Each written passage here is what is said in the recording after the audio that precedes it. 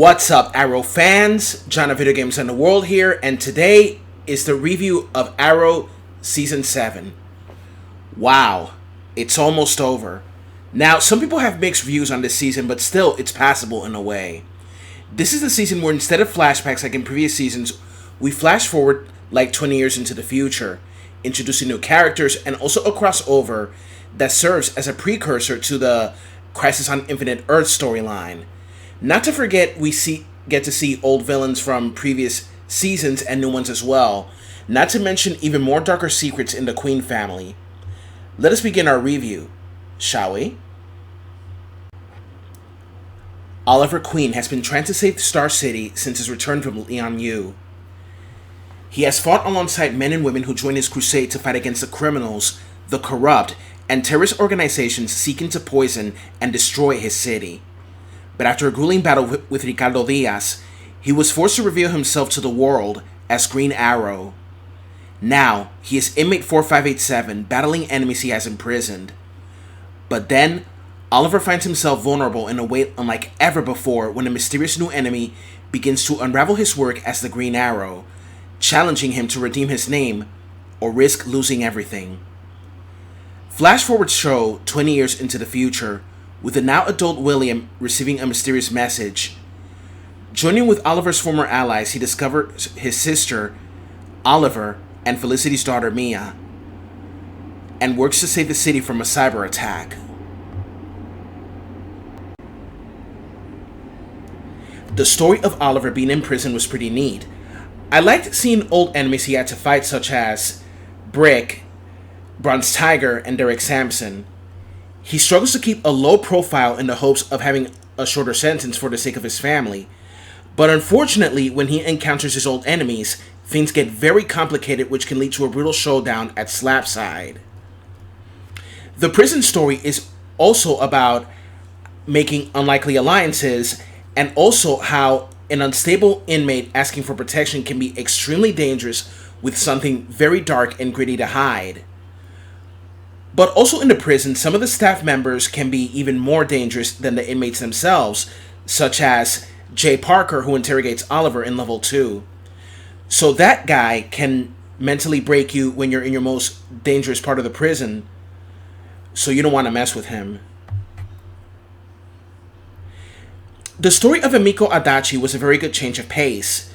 She was a very well-written and interesting character when you see her tragic story on how she hates the one man who was her father.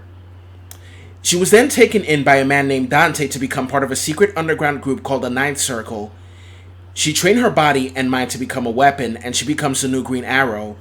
However, she has a more Jason Todd approach to fighting crime, as she uses lethal force. However, her vendetta against the Queen family results in her downfall, despite Oliver's best attempts to redeem her.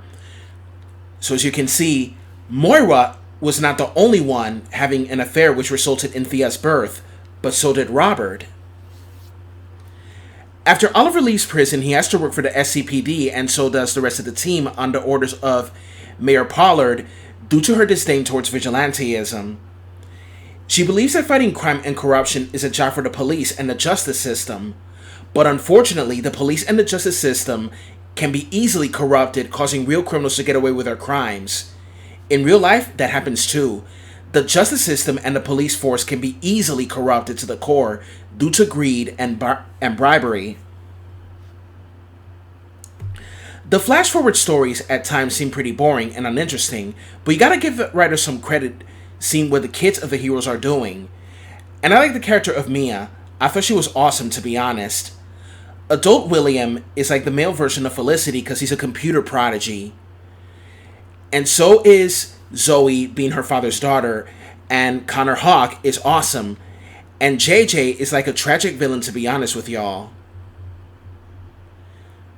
The crossover of Elseworlds was pretty interesting and quite campy since Oliver and Barry switch places. I like the Easter eggs of this 3-part episode, but it's a shame that Legends of Tomorrow was not a part of it. It was pretty campy, but at least I enjoyed the appearance of the Monitor. Now, the actor playing the Monitor did a fantastic job with the acting. His costume was icing on the cake and more. Batwoman appears, and this is not only a precursor to Crisis on Infinite Earths, but also a teaser to the Batwoman TV series, which was not liked by many people. Ruby Rose, well, I think she needs some work with her acting, to be honest.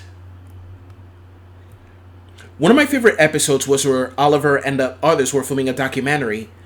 For its 150th episode, I gotta say that it was nice how it was a documentary inside of a show. William, as a kid, is still having problems with his father and stepmom because of the double life Oliver leads, which results in him moving away. However, the adult William has become a computer prodigy like his stepmom, and at first he doesn't get along with his sister Mia, but little by little, they bond. Connor Hawke is the son of Bronze Tiger in the show, and in the future he is an ally to Mia, Zoe, and William, while JJ became a villain. Now, Connor Hawke in the comics is the son of Oliver Queen, but in the TV series, he is not. The feud he has with his foster brother JJ is pretty sad and tragic because JJ felt that his parents were more attentive to Connor. And finally, to wrap this up, this season had its flaws, but it was passable indeed. Elseworlds might have been a bit too campy, but still it had its good points. My final score for Season 7 of Arrow is a 6.9 out of 10.